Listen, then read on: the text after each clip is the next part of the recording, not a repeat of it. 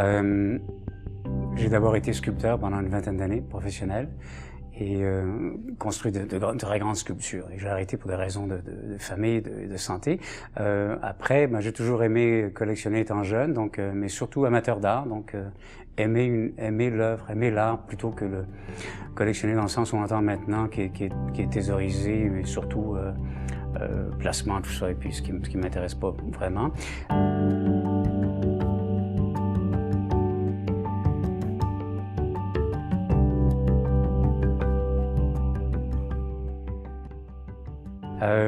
Ensuite, naturellement, j'en suis venu j'ai organisé plein d'expos à gauche et à droite, beaucoup avec la Galerie d'art d'Outremont, avec laquelle j'ai collaboré pendant presque 20 ans.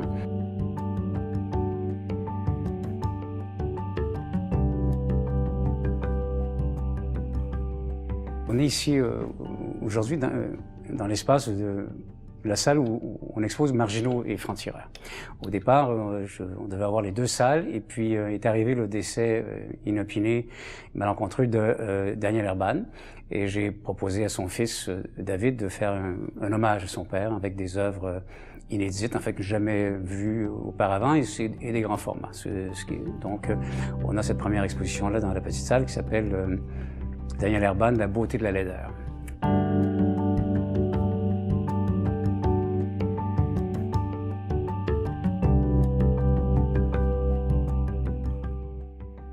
L'autre chose qui peut caractériser les artistes que j'ai choisis pour cette exposition, Marginaux et francs-tireurs, c'est l'idée que, bon, en fait, ils sont issus de différentes mouvances, si on veut, même s'il n'y a pas comme tel. Certains on pourrait qualifier venant de l'art brut ou de l'art singulier.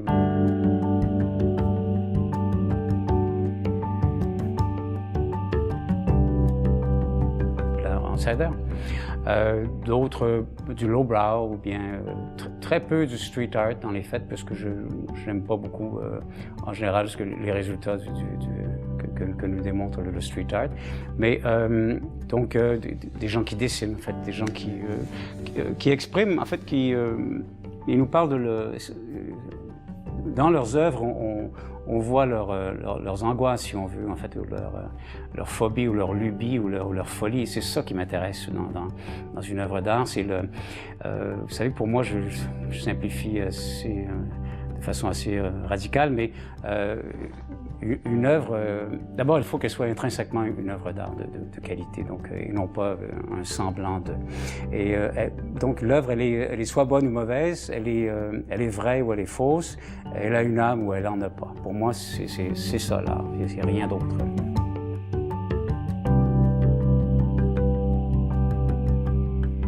Comment ai-je choisi les œuvres? Écoutez, essentiellement parce que je les aime, c'est aussi simple que ça. Il n'y a pas d'autres véritables critères que parce qu'elles me plaisent. En fait, vous savez, on est dans...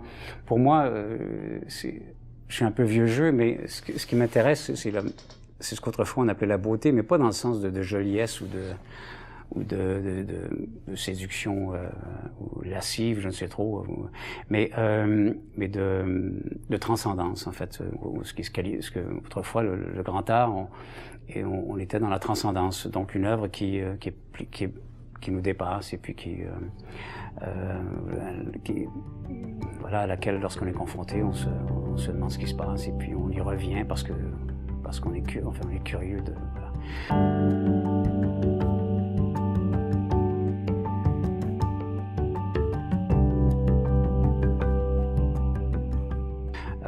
Aussi, les artistes sont dans n'étant pas dans le discours, ils sont dans ce qui, pour moi, est le plus important, ils sont dans l'émotion. Pour moi, l'émotion, c'est important. Vous savez, une œuvre, quand on la voit, forcément, elle passe par les yeux, mais elle doit passer par l'estomac. Donc, c'est vraiment l'estomac qui est le catalyseur dans ce cas-ci. Et après ça, on peut réfléchir et se dire, OK, c'est une bonne œuvre, ce n'est pas une bonne œuvre, mais elle doit nous déranger, je pense. Elle doit nous tripatouiller. Ce serait le mot.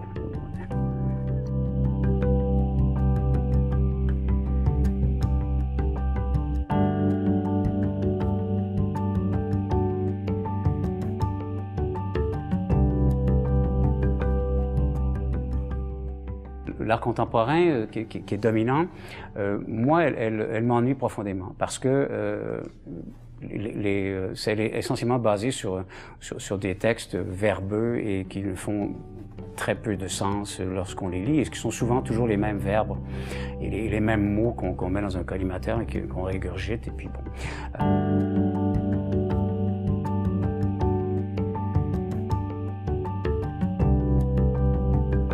Le discours postmoderne, c'est qu'il déconstruit et puis et donc ça ne fait aucun sens, et surtout ça ne construit rien. C'est ce que je reproche à ces penseurs français-là.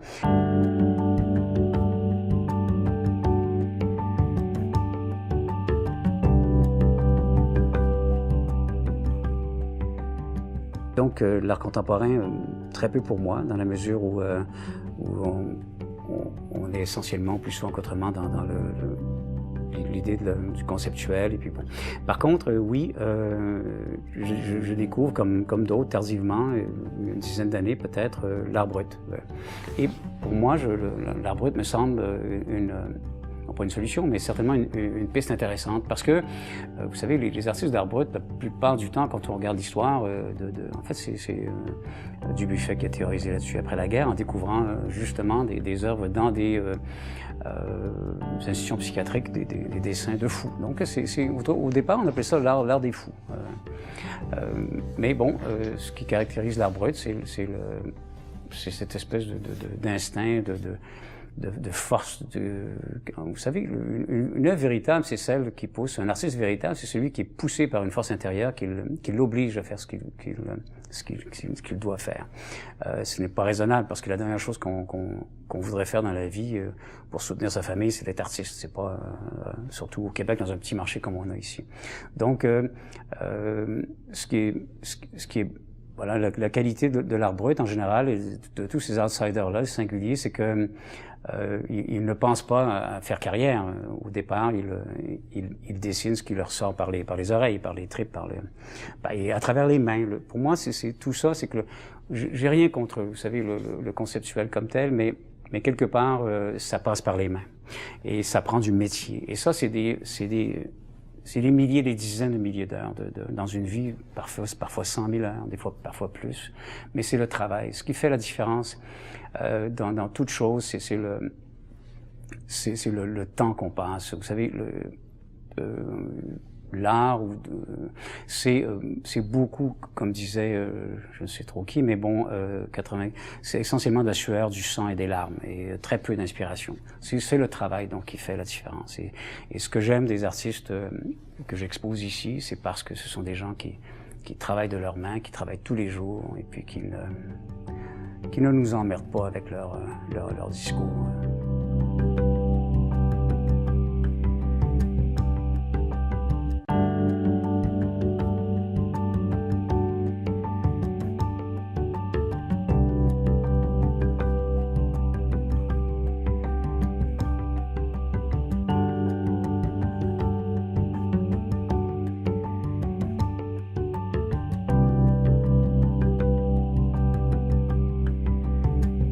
Oui, dans les artistes dont on pourrait dire qu'ils sont dans la BD ou le cartoon, il y a oui, ce petit gars de Winnipeg qui a fait ses études ici, Sean Morin.